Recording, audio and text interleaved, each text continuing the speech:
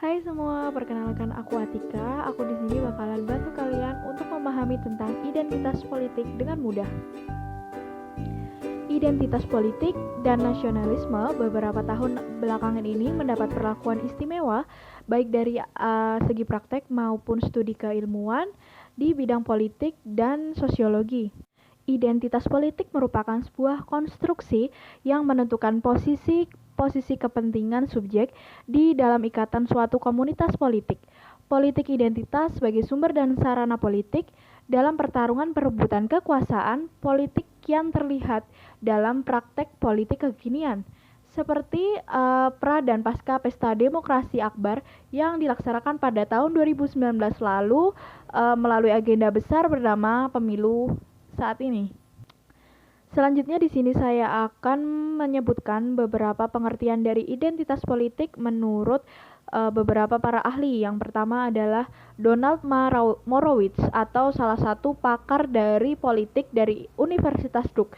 Beliau mendefinisikan bahwa politik identitas itu adalah sebagai pemberian garis yang sangat tegas untuk menentukan siapa yang akan disertakan dan siapa yang akan ditolak.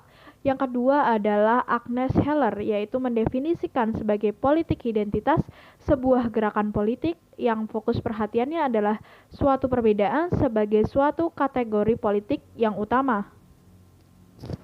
Di Indonesia, politik identitas lebih terkait dengan etnisitas, ideologi, agama, dan kepentingan-kepentingan lokal yang diwakili umumnya oleh para elit politik dengan artikulasinya masing-masing.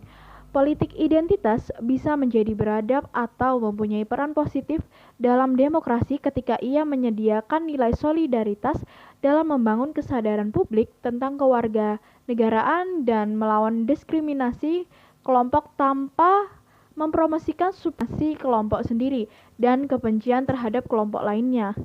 Politik identitas bisa tidak beradab dan berbahaya jika mempromosikan nilai yang mengutamakan supremasi kelompok sendiri, mengkampanyekan diskriminasi, dan menekankan cara pandang antagonis terhadap kelompok identitas lain, apalagi sampai melegitimasi kekerasan. Politik identitas menjadi bahaya jika dilakukan dengan membangun narasi tentang perbedaan primordial atau rasial antar kubu dalam kontestasi politik.